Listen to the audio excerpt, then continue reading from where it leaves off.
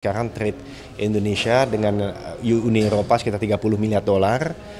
Tapi kalau misalnya dibuka, paling tidak menurut saya bisa cepat 2 kali lipat karena sekarang Vietnam walaupun size-nya sepertiga Indonesia ekonominya, tapi trade-nya itu sekitar 60 miliar dolar. Jadi ini contoh aja bahwa masih banyak sekali potensi-potensi yang bisa digapai. Ya, ini saya rasa Indonesia Europe Investing Summit ini bagus sekali. Ini dilanjutkan dari tahun-tahun sebelumnya, tapi intinya begini, Indonesia ini bagus kalau bisa membuat Free Trade Agreement atau SIPA mulainya dengan European Union. Kenapa? Karena akan membuka akses kepada suatu kawasan yang 17 triliun US dollar besarnya. Dan sebaliknya buat Eropa, European Union, Indonesia ini kan adalah kakak daripada ASEAN dengan 285 juta orang, lalu PDB-nya 1,3 triliun US dollar. Jadi ini benar-benar dan 40% daripada ASEAN menjadi suatu hal yang strategis buat dua-duanya. Nah, jadi saya rasa dengan membawa pemimpin-pemimpin dan tadi banyak sekali duta besar dari European Union, dari Uni Eropa yang hadir, dan dari kementerian juga hadir, tentunya Menteri Investasi dan Hilirisasi dan juga Menteri Perhubungan. Nah, dari Kadin kami juga hadir dengan banyak orang, tapi intinya ini menjadi suatu angin segar. Dan memang seminggu yang lalu kan baru diresmikan SIPA, paling nggak sudah selesai negosiasinya dengan Kanada.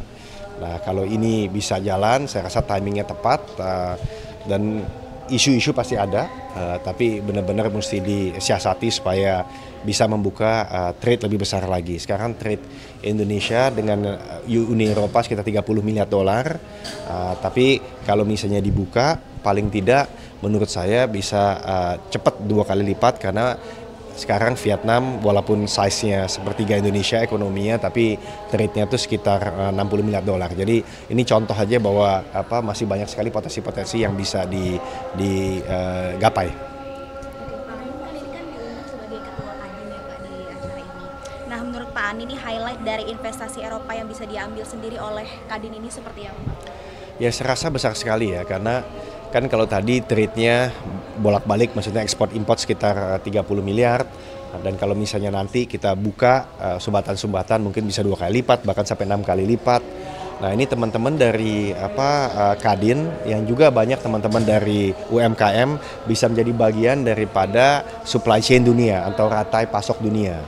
Nah, ini tentu bukan saja bagus buat pemain-pemain besar seperti palm oil, kelapa sawit maksudnya ya, yang kadang-kadang suka ini ada isu sustainability yang mesti dibereskan dengan 12 sisi.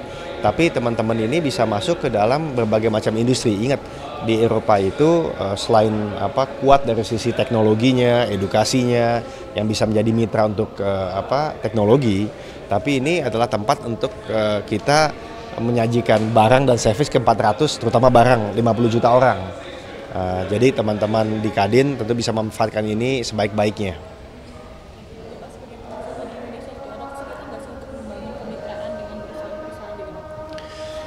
Ya, mungkin kesukaran itu karena frameworknya lagi dibuat atau model bisnisnya lagi dibuat.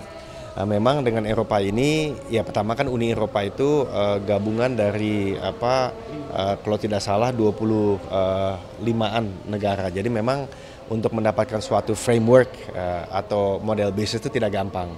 Dan kadang-kadang bisa dibilang makan waktu karena standar mereka kan nggak selalu sama dengan kita. Tapi secara umum saya mau melihat tentunya kesempatannya juga tidak kecil. Nah, kemarin dulu sempat ke istana diundang untuk melihat kerjasama ekonomi dengan Jepang, pengusaha-pengusahanya. Nah, di Eropa juga sangat tertarik, dan tadi yang saya sampaikan bahwa ini sangat strategis. Jadi bukan hanya penting tapi strategis. Kenapa? Karena untuk Indonesia bisa melakukan balancing atau keseimbangan antara Barat dan Timur, Eropa itu menjadi suatu alternatif yang besar gitu. Dan sebaliknya dari Eropa juga butuh Indonesia untuk menjadi mitra strategis untuk masuk ke Asia Tenggara atau Indo-Pasifik lah.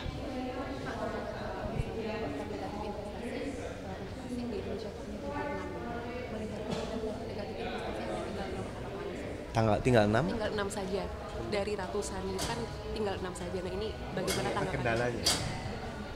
Dari ratusan kemudian hanya tinggal 6. Tadi disampaikan DNI itu tinggal 6. Yang negative list.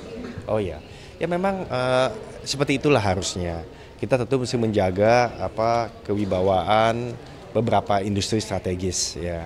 Karena kita mesti mempunyai kemampuan sendiri untuk membangun. Tapi di luar daripada itu kita tentu terbuka karena memang yang dibutuhkan Indonesia tuh bukan pasar kita punya, tapi adalah satu mengenai pendanaan, kedua mengenai teknologi yang hubungannya juga dengan ilmu ya.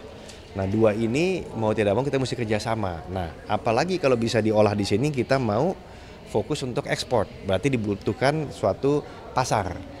Nah kalau tiga ini kita bisa gapai dengan kerja keras bersama Uni Eropa tentu akan menjadi angin segar. Jadi ini bukan hanya bicara-bicara mohon maaf tingkat atas, tapi ini bisa mempunyai dampak kepada UMKM. Ya, makasih ya. Satu lagi Pak, soal tarif tinggi kan lagi akan mulai ya Pak. Donald Trump akan mulai menerapkan tarif tinggi kan. Apakah selain Eropa pasar mana ya. aja Pak kira-kira kalau Kadin? Nah saya rasa itu bagus sekali pertanyaannya karena memang itu kayaknya tidak bisa dicegah ya tarif tinggi itu karena memang bagian daripada kebijakan Pak Presiden Trump. Tapi ya kita mencari ya kemarin kan ada kerjasama dengan Kanada, CIPA sudah ditekan dengan UAE Uni Arab Emirat. Nah juga dengan Jepang yang sudah dengan Australia. Nah tapi intinya yang saya lihat dari trip selama 2,5 minggu terakhir ini kooperasi kerjasama antara selatan dunia atau Global South itu juga penting.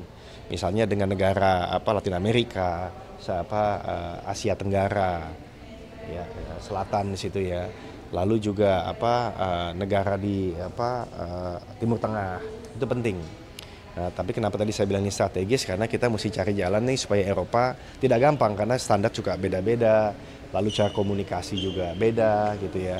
Tapi saya rasa melihat 17 triliun US dollar ekonomi sebagai blok ini yang terbesar di dunia nggak boleh dilupakan. 450 juta orang tidak dilupakan. Nah jadi inilah yang saya ingin sampaikan. Ya, makasih ya.